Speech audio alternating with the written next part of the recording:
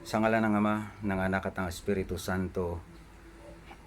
Amen. Isang mapagpalang araw ng Miyerkules sa inyong lahat, mga kapatid. Sumainyo nawang lahat ang pagpapala ng Diyos sa pamamagitan ng kanyang anak na si Jesus na ating Panginoon.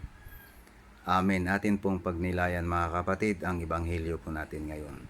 Ang Ebanghelyo po natin ngayon ay Mateo, Kabanata 7, may talatang 15 hanggang talatang 20. Ang mabuting balita ng Panginoon ayon kay San Mateo. Papuri sa iyo, Panginoon. Sinabi ni Jesus sa kanyang mga alagad, "Mag-ingat kayo sa mga huwad na propeta. Lumalapit sila sa inyo na parang tupa, ngunit ang totoo'y mababangis na asong gubat. Makikilala niyo sila sa kanilang mga gawa. Mapipitas ba ang ubas sa puno ng dawag? O ang igo sa matitinik na halaman? Mabuti ang bunga ng mabuting puno.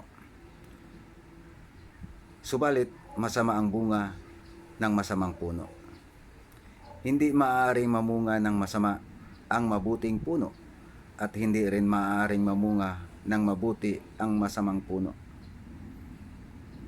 Ang bawat punong hindi mabuti, ang bunga ay puputulin at itatapon sa apoy. Kaya't makikilala ninyo ang mga huwad na propeta sa pamamagitan ng kanilang mga gawa." Mga kapatid, ang mabuting balita ng Panginoon. Pinupuri ka namin, Panginoong Hesukristo. Ang Ebanghelyo po natin ngayon, mga kapatid, ito po ay kabahagi pa rin sa sermon sa bundok ng ating Panginoong Hesukristo. Sinasabi po, mga kapatid, sa Ebanghelyo po natin ngayon, sabi ng ating Panginoon, "Mag-ingat kayo sa mga huwad na propeta.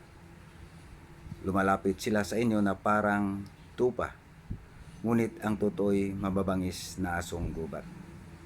Yun po yung sa unang bahagi ng Ebanghelyo na sinasabi ng ating Panginoon sa kanyang mga alagad.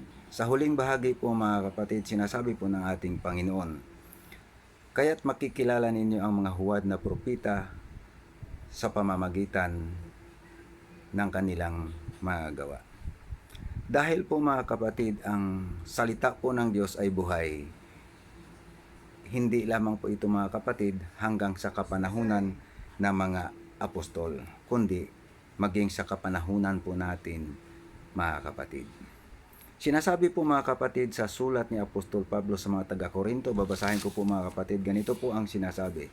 Ikalawang Korinto, Kabanata 11, may talatang 14 hanggang 15. Ganito po ang sinasabi ni Apostol Pablo, "Hindi ito katakataka, sapagkat si Satanas man ay nagkukunwaring anghel ng liwanag." Sa Ebanghelyo po natin ngayon, mga kapatid, lumalapit ang mga huwad na propeta na nag-aanyong tupa, ngunit ang kanilang kalooban ay mga asong gubat. Sa makatuwid, mayroon po silang masamang intensyon, mga kapatid. Sa verse 15, ganito po ang sinasabi, "Kaya hindi katakataka na ang kanyang mga lingkod ay magkunwaring lingkod ng katwiran." Kaya po, mga kapatid, sa Ebanghelyo po natin ngayon, hindi lamang po ito sa kapanahunan ng mga alagad ng ating Panginoong Hesukristo, kundi maging sa kapanahunan po natin. Meron po akong babasahin, mga kapatid, Matthew chapter 24 verse 5, ganito po ang sinasabi ng ating Panginoon, "Maraming paparito sa pangalan ko at magpapanggap na sila ang Kristo, at marami silang maililigaw." Huwad na Kristo. Sa Ebanghelyo po natin ngayon, mga kapatid, ay mga huwad na propeta. Makikilala sila sa pamamagitan ng kanilang mga gawa. Sa verse 11 po ng chapter 24 ng Mateo, ganito po ang sinasabi, mga kapatid, "Marami ang magpapanggap na propeta at ililigaw ang mga tao." Ito po, mga kapatid, ay prophetic gospel po ni San Mateo. Ibig sabihin, mga kapatid, ito po ay hindi lamang po sa kapanahunan ng ating Panginoong Hesukristo. Kaya po mga kapatid, pinag-iingat po tayo ng ating Panginoon na huwag tayong mailigaw ni naman. Sapagkat ang huwad mga kapatid, kung ano po yung ipinapahayag po natin na Kristo, nagpapahayag din po sila tungkol kay Kristo na ating Panginoon. Ngunit sila po ay mga huwad. Sapagkat sinasabi po parang tupa. Maaring malinlang ka kapatid sapagkat sila nga po ay lumalapit sa atin na parang mga tupa. Ngunit ang totoo'y mababangis na asong gubat. Ano po ba mga kapatid ang katangian ng asong gubat? Sasakmalin ka niyan mga kapatid. Kaya pinag-iingat po tayo ng ating Panginoong Hesukristo sapagkat hindi lamang po sa kapanahunan po ng ating Panginoong Hesukristo mayroong mga huwad na mga propeta. Ang huwad mga kapatid ng mga propeta at ang bulaang Kristo mga kapatid ay hindi po nawawala. Sila po mga kapatid ay lumalakad na katulad ng tunay na nagpapahayag sa salita ng Diyos, nagpapahayag tungkol kay Kristo, ngunit mayroon po silang intensyon. Sa makatuwid mga kapatid, maaring malinlang ka, ngunit hindi po ito nagbibigay ng kaligtasan sapagkat huwad nga po eh.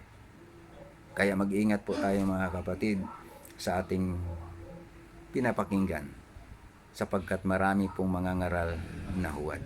Para nga po hindi tayo maligaw, ang ating Panginoong Hesukristo ay nagtatag ng simbahan sa mundong ito mga kapatid upang hindi po tayo mailigaw ni numan, kundi tayo po ay manatili sa kanyang simbahan na itinatag.